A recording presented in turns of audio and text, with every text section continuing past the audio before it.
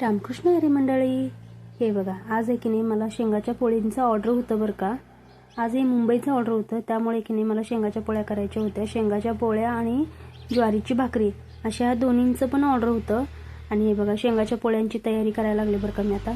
शेंगाची पोळी बघा कसं छान झालेत की नाही बघा। हे बघा शेंगाच्या पोळींचं असं हे तयार केलंय। भरपूर असं शेंगांच्या पोळ्यांचं ऑर्डर होतं, 500 असं पोळ्यांचं असं ऑर्डर होतं। आणि ज्वारीची भाकरी, बाजरीची भाकरी। ते बघा आता शेंगाच्या पोळ्या तयार करण्यासाठी की मी सारण सगळं तयार करून घ्यायला लागले बघा। थोडंसं बारीक रवा घ्यायला लागले। बारीक रवा घ्यायचा आणि त्याच्यामध्ये की नाही मैद्याचं पीठ घ्यायचं, छान असं चाळून घ्यायचं मैद्याचं पीठ। जरा रवा घातल्यामुळे की नाही, बारीक रवा घातल्यामुळे ती कुसकुशीत आणि पोळी किती पण दिवस ठेवू दे टिकते छान मध्ये। आणि थोडंसं चिमूटभर मीठ घालून घ्यायचं, चवीपुरतं मीठ घालून घ्यायचं। मीठ घालून छान असं हे करायचं। तेलाचं 1-2 चमचे तेल घालायचं, मोहन हे घालायचं, तेल घालायचं। तेल घालून अगदी मस्तपैकी असं घट्टसर पीठ मळून घ्यायचं बरं का।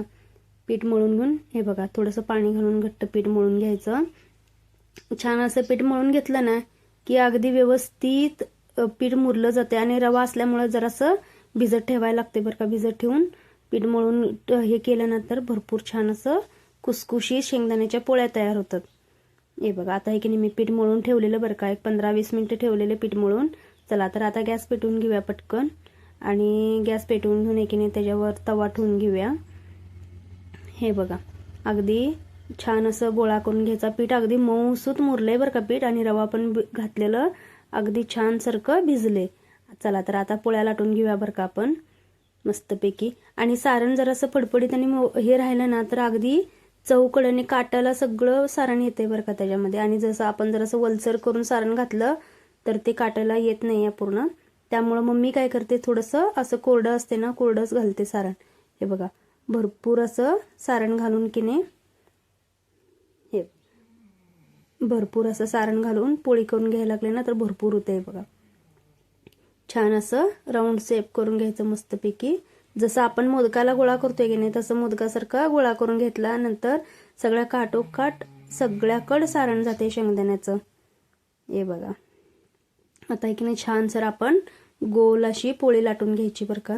हे बघा गोल अशी मस्तपैकी पोळी लाटून घ्यायची। आणि सारण बघा सगळ्याकडे पसरले, मध्ये असं कुठं थांबलं आणि कुठं कडेला पीठ वगैरे नाही आहे काट्याला। सगळं सगळे चहू बाजूनी सगळं काट्याला सारण पोचले बघा, मस्तपैकी सगळ्याकडे पोचले का सारण। अशी पोळी आहे की नाही, ही पोळी बरं का ऑर्डर घेतले जाते पोळी। आणि आज मला पोळ्यांचा ऑर्डर होता, पोळ्यांचा, चपाती, भाकरी आणि बाजरीच्या भाकरीचा, ज्वारीच्या भाकरीचा दोन्ही पण ऑर्डर होता। आणि हे आज ऑर्डर की नाही भाकरी सकाळी गेलेत बरं का। आता शेंगदाण्याच्या पोळ्यांचा ऑर्डर होता म्हणून शेंगदाण्याच्या पोळ्यांचं ऑर्डर पूर्ण करायला लागले। शेंगदाण्यांच्या पोळ्या कशा वाटल्या हे कमेंटमध्ये मला सांगा बरं का, कशा झाल्यात आणि कशा व्यवस्थित झाल्यात की नाही असं कमेंटमध्ये कमेंट करून सांगा। आणि ते पण सांगा तुम्ही कुठून बघताय ते पण कमेंट करून सांगा। बघा शेंगदाण्याची अशी खुशखुशीत अशी पोळी, व्यवस्थित पोळी झाली बघा। काटोकाट सगळ्यात चहू काटेनं सगळं